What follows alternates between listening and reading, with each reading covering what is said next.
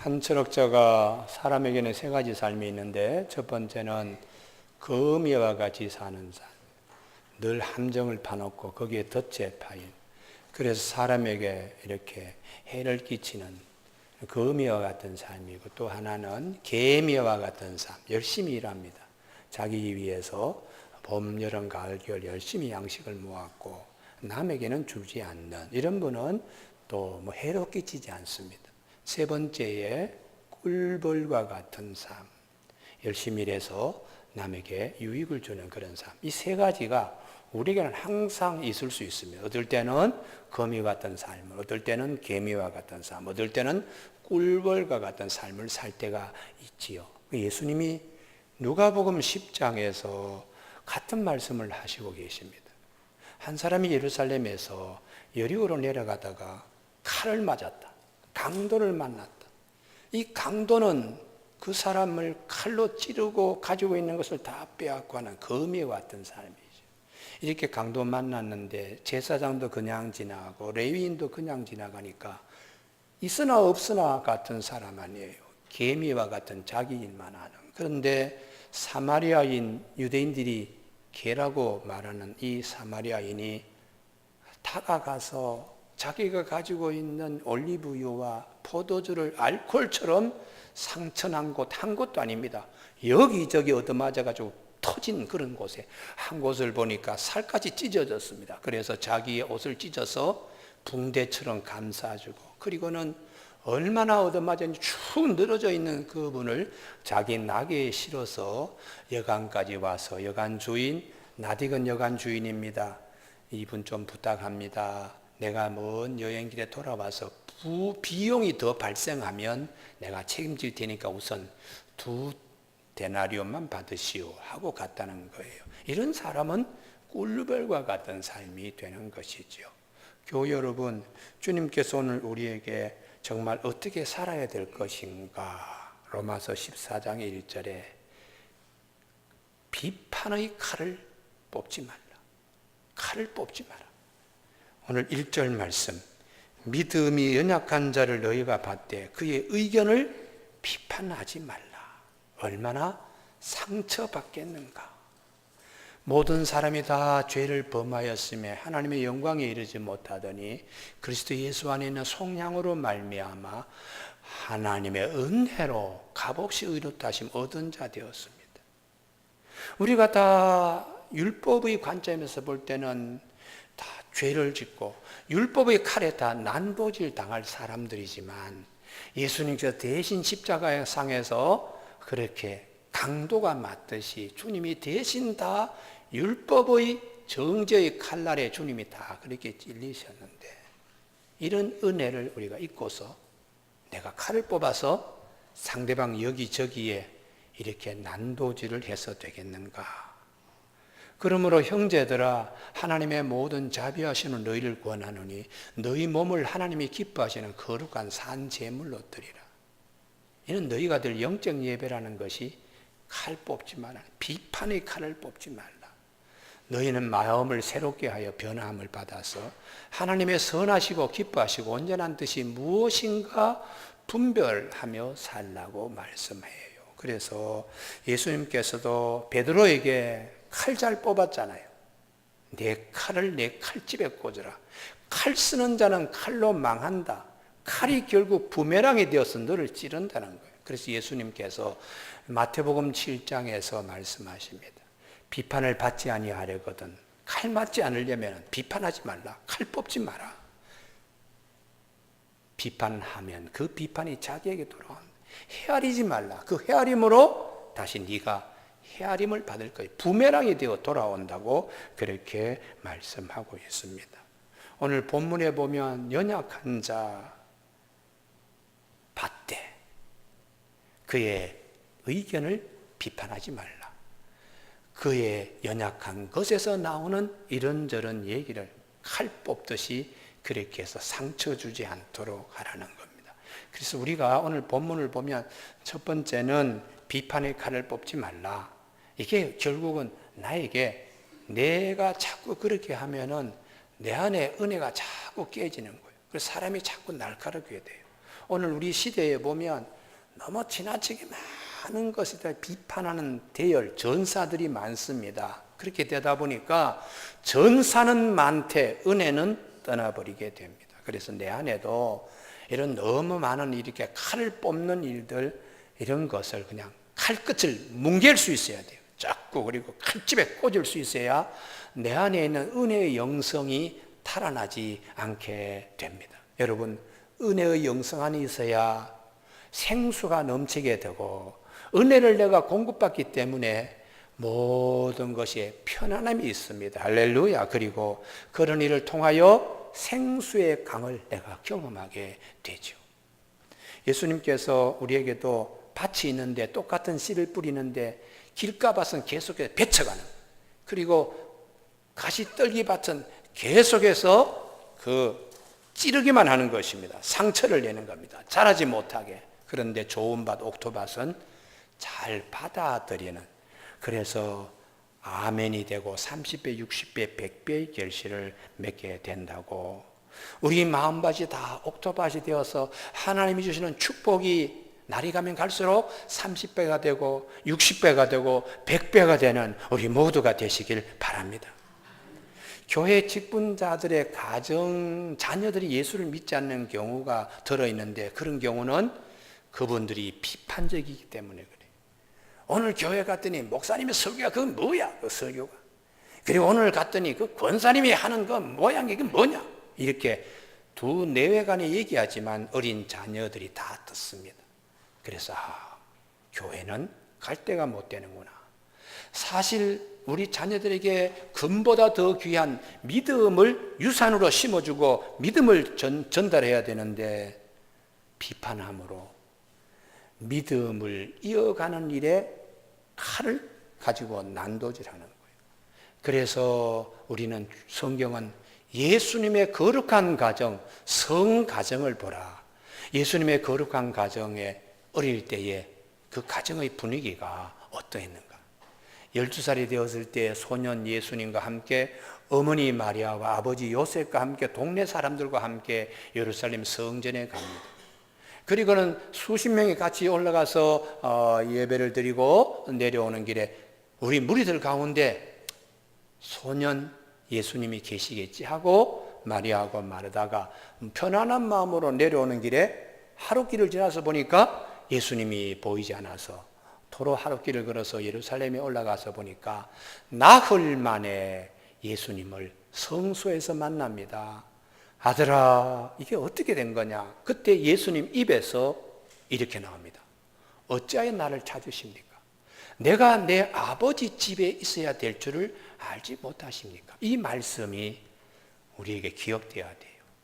예수님의 어머니하고 마리아가 저기는 하나님이 계시는 곳이다, 저기는 아버지가 계시는 곳이다, 어릴 때부터 그런 가정 분위기 속에서 컸기 때문에 예수님께서 지혜롭게 랍비들과 대화, 제사장들과 대화도 지혜롭게 말씀하고, 그리고 내 아버지 집이라 고백합니다. 만약에 마리아하고 요셉이 저것은 백성들의 고열을 짜서 지금도 건축하는 그런 성전이고, 그리고 헤롯과 그것도 사두개인들 봐, 바리새인들 봐, 이렇게 비판했던 가정이면 예수님께서 내 아버지 집이라고 이렇게 고백하기 어려웠을 것입니다. 거룩한 가정, 성 요셉의 가정, 성 마리아의 가정, 성 예수님의 가정은 어떤 가정일까 하는 것을 내가 내 아버지 집에 있어야 될 줄을 알지 못하십니까? 소년 12살 예수님 입에서 나오는 그 고백을 보면 거룩한 가정, 성 요셉의 가정의 분위기를 알 수 있죠. 그래서 성경은 우리에게 하나님은 원하시는 것은 비판하는 거, 이거 비판이 칼 뽑는 거, 이거로 우리가 망하게 되니까 비판하는 것보다는 우리가 영접하고 받아들이는 그런 마음들이 중요하다고 가르쳐주고 있습니다. 사랑하는 교회 여러분, 하나님이 우리를 지으실 때 흙으로 빚으셨다 다 아시잖아요. 그런데 우리 몸을 갖다가 잘 살펴보면 70%가 물입니다. 산수적으로 얘기하면 하나님이 물로 우리를 지으셨다고 해야 되는데 흙으로 우리를 지으셨다. 흙으로 지으셨다는 말씀은 흙이 가지고 있는 교훈을 뒷받침하고 있습니다. 흙은 항상 우리 발밑에 있습니다. 낮은 자의 겸손이죠. 그리고 흙은 자기 가지고 있는 모든 것을 줍니다. 영양분도 주고 물도 주고 다 주는, 나누어 주기를 좋아하는, 그리고 흙은 모든 것을 다 수용합니다. 우리가 먹다 버린 음식물 쓰레기를 갖다가 버리더라도 다 수용하여 오래 참고 오랜 시간을 지나면서 흙의 일부와 흙과 같이 만드는 것이 흙이 가지고 있는 순기능적인 부분입니다. 사람이 이렇게 우리가 살다가 흙으로 만들어져서 흙으로 돌아가는 우리 삶에 주님의 교훈이 있어요. 이렇게 겸손하고 이렇게 포용성 있고 이렇게 오래 참으며 살다가 하나님 앞으로 돌아가야 되는 것, 인생의 아주 소중한 여정이라고 말씀해 주고 있지요.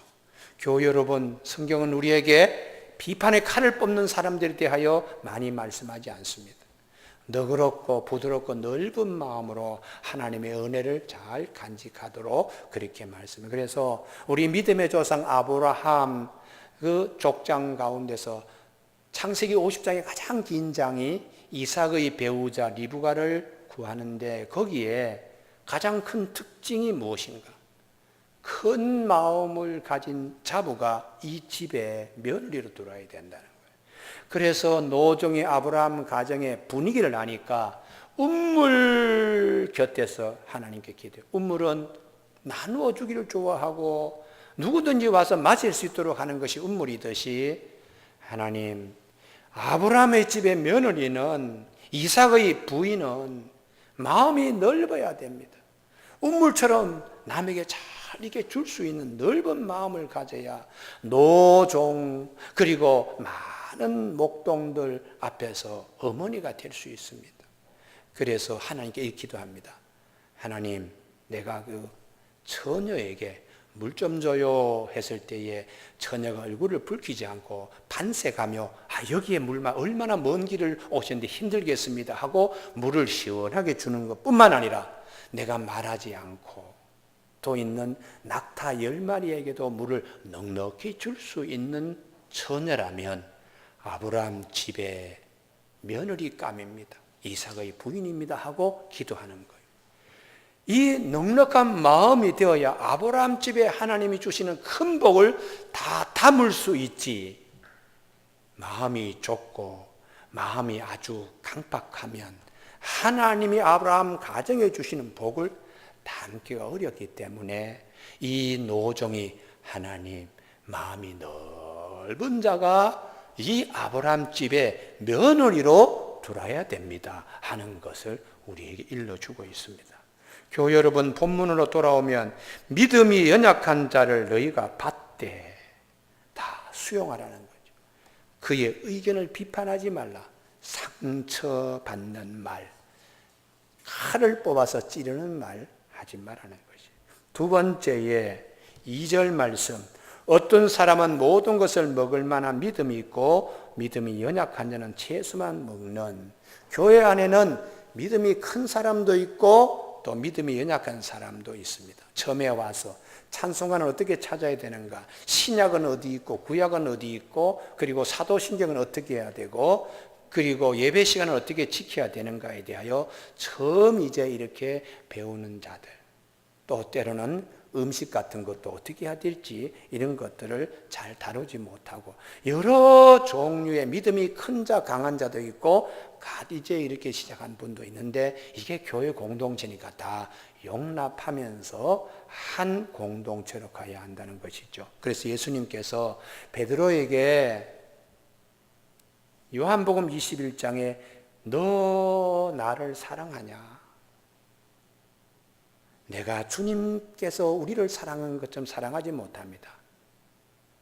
그러면 내 어린 양을 먹여라. 그때 어린 양이 아르나곤이라고 그래서 지금 갓 태어난 양이 아무것도 모르죠. 초신자지요.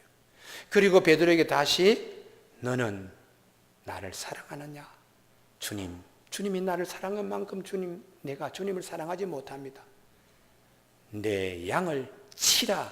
그때 양 프로바티온이라는 단어는 이제 한참 한창 성장, 성숙하는 거예요. 청년기 우리에 접어든. 우리 교회 안에도 그런 분 계시잖아요. 은혜 받고 말씀에 은혜 받고 막 신앙에 부쩍부쩍 자라는 분도 계세요.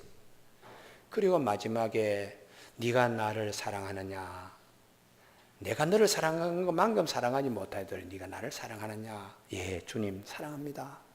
내 양을 먹이라지. 마지막 양은 이 프로바톤이라는 단어는 다 성숙한 양이에요. 교회 안에 목사님께서 혹은 전도사님이 본문을 딱 얘기할 때 오늘 설교는 뭘 얘기하려고 하는구나 하는 걸 다 아시는 장로님, 권사님들, 우리 성도님들 또 계세요. 저 말씀 속에 오늘 결론이 이것이겠구나 할 정도로 이미 벌써 믿음이 성숙하신 분도 계세요. 그러니까 목장 안에는 어린 양도 있고 성장하는 양도 있고 다 이제 성숙한 양도 있는데 이게 다 목양의 대상이다라고 요한복음 21장에서 말씀하고 있습니다. 사도 바울도 우리 믿음의 공동체 안에는 아주 어려운 하나님의 말씀을 잘 소화해내는 단단한 식물을 먹는 분도 계시고 장성한 분도 계시지만은 갓 태어난 양처럼 젖을 먹는 연약한 것을 먹는 분도 계십니다. 그런데 이런 분은 점점 성숙하고 성장해야 되는데 항상 젖만 달려고 하는 믿음의 초보에서 10년도, 20년도 이렇게 지내면 안 됩니다. 이런 분들은 의의 말씀을 경험해야 됩니다. 다시 말하면 하나님의 은혜가 어떤 것인가를 경험해서 믿음이 성장하고 성숙되어야 한다고 이렇게 히브리서 5장에서 말씀하고 있습니다. 오늘 본문이 기록된 곳은 유대인들 가운데 개종한 사람들이 있어요. 기독교로 개종한 사람들. 이런 사람들은 유대인의 음식 문화가 레위기 11장에 되새김질하고 굽이 갈라져 있는 이런 짐승들, 굽이 있고 갈라져 있는 이런 짐승들 고기를 먹어요. 예를 들어서 소나 염소나 혹은 양과 같은 이런 이제 육식 동물을 취할 수 있는데, 근데 돼지 같은 경우는 되새김질하지 않기 때문에 먹어서 안 된다 하는 이제 정결법이라 그럴까요? 이런 음식 문화에 굳어져 있다가 기독교로 개종하니까 이방 지역에서 예수 믿는 사람은 그런 음식의 훈련을 받지 않았기 때문에 돼지고기도 먹고 비늘이 또 있고 그 지느러미가 있어야 되는데 그게 없는 뱀장어도 먹고 그냥 마음대로 먹으니까 아이고 어떻게 저렇게 먹나 하고 비판하는 거죠. 그리고 또 믿음이 큰 사람은 하나님이 다 주신 것인데 이건 구약에서 말씀이고 신약은 뭐든지 잘 먹고 그냥 힘있게 즐겁게 살아야 됩니다. 이런 분들이 볼 때에 뭐 그렇게 음식 가지고 따집니까? 이렇게 이제 비판하는 거예요. 또 SNF파에서 온 분들이 계세요. 그분들은 옷도 깨끗하게 입고 음식도 식물, 채소만 먹는 이런 분들이 계세요.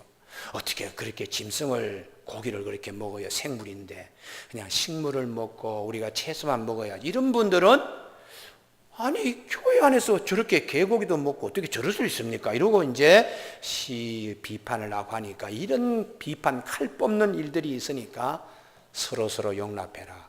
음식에 대하여 믿음이 있는 분들은 믿음이 있는 대로, 연약한 분들 연약한 대로 다 하나님 몸된 교회의 지체들이라는 것을 강조하고 있습니다.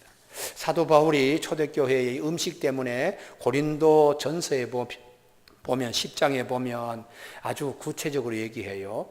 당시에 이제 제우스 신전이나 이런 신전에서 이제 제사를 드리고 나온 양이라고 이런 고기들이 저 신전 뒷문으로 해서 아골라라고 하는 그 시장에 나와서 많이 판매가 되었습니다. 그래서 교인들 가운데 시장에 가서 혹시 이게 제물로 드려진 고기, 이 신전에서 뒷문으로 나온 고기 아닙니까? 이렇게 이제 묻는 경우가 있어요. 근데 그렇게 묻지 말라.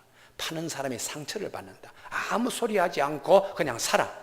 만약에 그것이 신전에서 나온 고기라도 하나님이 다 풀로 먹이신 것이고 하나님이 다 물로 이렇게 마시게 해서 키운 짐승이니까 그거 개의치 말고 든든한 믿음이 되어가지고 그냥 상인들 상처, 칼 뽑아가지고 상인들 상처 주면서 하지 말고 그냥 사가지고 오시오. 또 더러 이제 초대받아서 신방을 간다든지 할 때 그 집에서 아이고 어서 오세요 하고 고기를 구울 때에 아무 소리 하죠. 그냥 아멘 하고 달게 먹으라는 거예요. 혹시 이 고기 이거 저 신전에서 나온 고기 유통된 고기를 나한테 대접한 거 아닙니까? 이런 거 묻지 말라는 거예요. 그리고 더러는 어떤 분은 아이고 음식이 없어서 어떡하지요? 우리 친척 누가 가져왔는데 이거 신전에서 제사 드렸던 음식이라고 하는데 이것이라도 제가 이렇게 구워서 놓았는데 어떻게 하시겠습니까? 그럴 때는 그분이 꺼림직하게 생각하니까 그분의 마음을 생각하여 아 그래요? 저도 그렇게 생각합니다. 신전에서 나온 고기는 먹지 않겠습니다 하고 먹지 않아야 그 말을 하는 사람의 마음에 상처를 주지 않는다는 거예요. 만약에 아니 뭐 신전에서 나온 거면 어떻습니까? 다 하나님이 지으신 것인데요. 얻어 주세요. 이렇게 하면은 꺼림직한데요 하는 그분이 상처를 받는다는 거죠. 그래서 양심을 위하여 묻지 말라. 양심은 너의 양심이 아니고 상대방의 양심, 상처받지 않도록 그렇게 배려하라고 말씀하고 있습니다. 우리가 대개 보면 율법 중심의 믿음은 비판적이고 율법을 가져와서 칼로 잣대로 얘기합니다. 그러나 복음 중심의 믿음은 이거 다 용납하는 거예요. 참고 기다려서 이렇게 되는 겁니다. 여러분 이번에도 추석 연휴 때에 식구들 모이잖아요. 그러면은 용납할 수 있기를 바랍니다. 할렐루야. 뭐 주방에서 그냥 열심히 음식을 만드는데 공은 모르고 그냥 뭐 달다 쓰다 짜다 맵다 이렇게 타박하는 분들이 계세요. 그래서 꼭 추석 연휴를 끝나고 부부간에 싸움이 많고 이혼율이 높아지고 부모와 자식 간에 그냥 의가 갈라져서 두 번 다시 보지 않는 이제 그런 일들, 심지어는 뭐 살인사건 이런 게 이 긴 명절 끝나고 난 다음에 가장 많다는 것이죠. 왜 그럴까요? 용납하고 그리고 포용하고 나도 모르게 그냥 뚜껑이 열릴 정도의 칼을 뽑고 싶은 그런 마귀의 불지름이 있더라도 오늘 설교 말씀과 오늘 성경 말씀을 통하여 마귀의 불질하는 걸 끌 수 있는 소방수가 다 되기를 바랍니다. 할렐루야. 그래서 우리가 살아가는데 믿음을, 은혜를 깨거나 잃어버리거나 도둑질 당하지 않아야 돼요. 그래서 성경이 우리에게 말씀합니다. 새 생명을 얻고 새 생활을 하는 자에게 있어서 상대방을 배려하고 부드러운 마음을 갖도록 하도록 그렇게 말씀합니다. 마지막 세 번째에 먹는 자는 먹지 않는 자를 없이 여기지 말고 아니 믿음으로 다 아멘이 되는데 뭐 그렇게 우물쭈물 하십니까? 이렇게 하면 상처받으니까 그렇게도 하지 말고 먹지 않는 자는 먹는 자를 비판하지도 말라. 아니 어떻게 저렇게 정결예법도 모르나 어떻게 저러냐 하고 또 마음속에 얄미운 생각을 하지 않도록 다 먹는 자나 먹지 않는 자 다 하나님이 받으시는 하나님의 자녀라는 거죠. 할렐루야. 그래서 이게 하나님 보시기에 좋도록 결론을 맺어라 이 말씀입니다. 교우 여러분, 우리 창세기에 보면 마귀가 뿌린 것이 무엇인가? 영적 교만이에요. 마귀가 뿌린 씨가 그게 영적 교만입니다.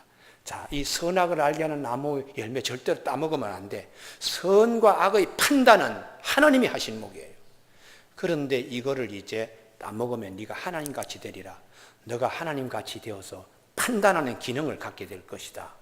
결국은 선악과를 따먹고 이 판단하는 기능, 이게 이제 우리 안에 들어와서 영적으로 나는 저 사람보다 우월한데 나는 저 사람보다 더 나은데 이런 교만이 결국은 하나님을 아주 아프게 하는 일이 됩니다.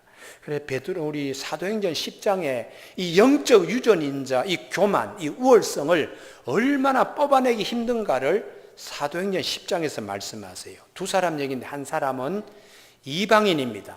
한 사람은 예수님의 수제자예요.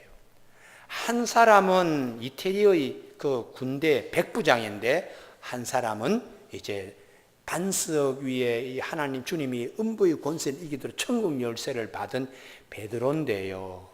두 사람 똑같이 공통점은 기도에 다 열심이었어요. 그리고 두 사람 다 공통점은 하나님이 주신 은혜를 다 경험해요.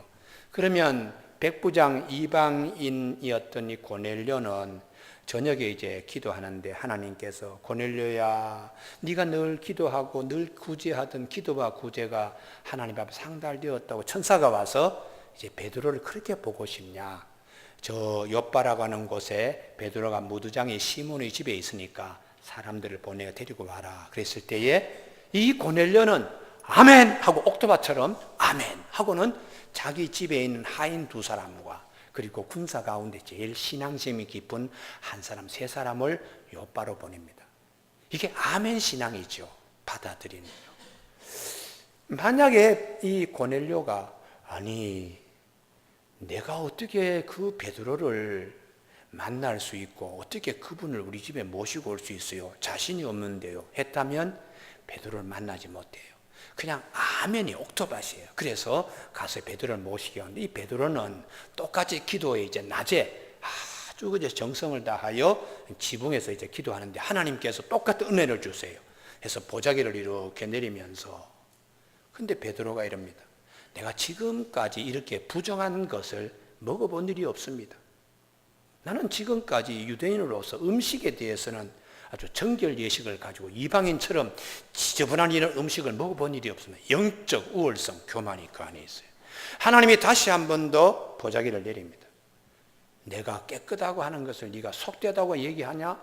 하고 있는데 베드로가 끝까지 하나님과 씨름해요. 하나님이 다시 보자기를 올려요. 세 번째 하나님이 다시 내립니다. 그래도 베드로는 변화되지 않습니다. 이게 영적 우월성이죠. 나는 이방인들처럼 음식 그렇게 아무거나 먹지 않습니다. 그 하나님께서 레위기 11장에 있는 말씀대로 나는 지금까지 나는 지켜왔습니다. 영적인 우월성을 가지고 있습니다. 그래서 성령님이 말할 수 없는 탄식으로 베드로의 이 우월적인 거, 이런 어떻게 보면 교만인 이 담이 허물어져야 이방인과 유대인이 하나 될 수 있습니다. 할렐루야. 그래서 성령님이 간섭하셔서 베드로야 내려가라. 너를 찾는 자들이 왔다. 그리고 그들을 따라가라 해서 성령님의 음성을 듣고 이제 가는데 고넬료 집에서 설교를 끝내자 말자 성령님이 이방인 고넬료의 집안 식구들에게 내립니다. 예루살렘 마가의 다락방에서 내린 똑같은 체험들을 이분들이 하니까 이야, 우리만이 성령을 받는 것이 아니구나. 베드로와 함께 온 할례받은 신자들이 이방인들에게도 성령 부어주심을 말미암아 놀라니 이는 방언을 말하며 하나님 높임을 들으면 이에 베드로가 이르되 이 사람들이 우리와 같이, 이게 이제 베드로가 무너지는 겁니다. 이 사람들이 우리와 같이 성령을 받았으니 누가 능히 물로 세례 베품을 금하리요. 똑같이 하나님께서 우리와 똑같이 사랑하는 자들이구나 하고 막힌 담이 허물어지는 것이죠.